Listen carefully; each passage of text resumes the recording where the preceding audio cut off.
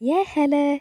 من فترة كنت منزلة أسك على الفيس فجالي السؤال ده من بنوتة جميلة، فحبيت ان انا اجاوب على السؤال ده في فيديو، لعله وعسى حد تاني برضو كان السؤال ده بيدور في دماغه ويلاقي الإجابة في الفيديو، او يكون برضو كان محتاج يسمع الكلام ده.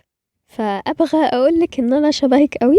انا برضو شخص ما بيحبش الجدالات ولا النقاشات وما بيحبش وجع الدماغ خالص وبيسعى للروقان كده. برضو ما كنتش بحب الانتقادات خالص. كنت باتضايق أوي من الموضوع ده، وكنت باخده بحساسية كده، وبرضه ما كانش عندي ثقة بنفسي كفاية وقتها.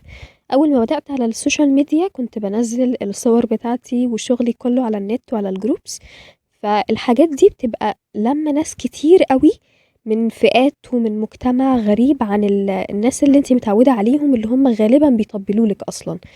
فزي ما كنت باقابل كلام حلو وتشجيع وكده بأدب، كنت برضه باقابل انتقادات وتجريح وكلام مش لطيف أبدًا بالمرّة. وفاكرة برضه إن أنا في أول ما بدأت خالص كنت باخد رأي حد في الedit بتاعي وقال لي: "أنتِ مين معلّمِك edit؟" واللي هو ها، ها، ها، وأخد الشغل بتاعي باستهزاء وبتجريح، وأنا كنت متضايقة جدًا وقتها، اللي هو إزاي يقول لي كده بالطريقة دي؟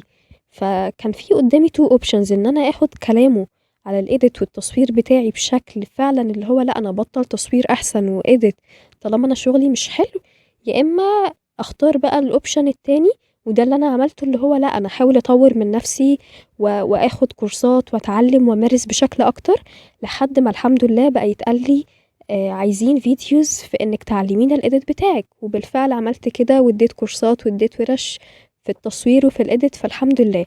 فأنتِ نزّلي طبعًا شغلِك وخلّي عندِك ثقة بنفسِك، وتقبّلي النقد، دي أهم حاجة بجد، وتأكدي إنه مش كل الناس هتطبّل لِك، وده أحسن على فكرة يعني.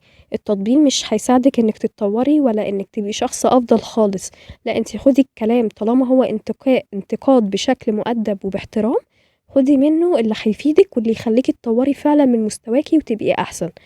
فخلّيكِ واثقة من نفسِك، وخلّي عندِك ثقة في الشغل بتاعِك وفي الفن بتاعِك، وتقبّلي و وإن شاء الله هتبقي يعني مع الوقت بتلاقي نفسِك أفضل في كل حاجة.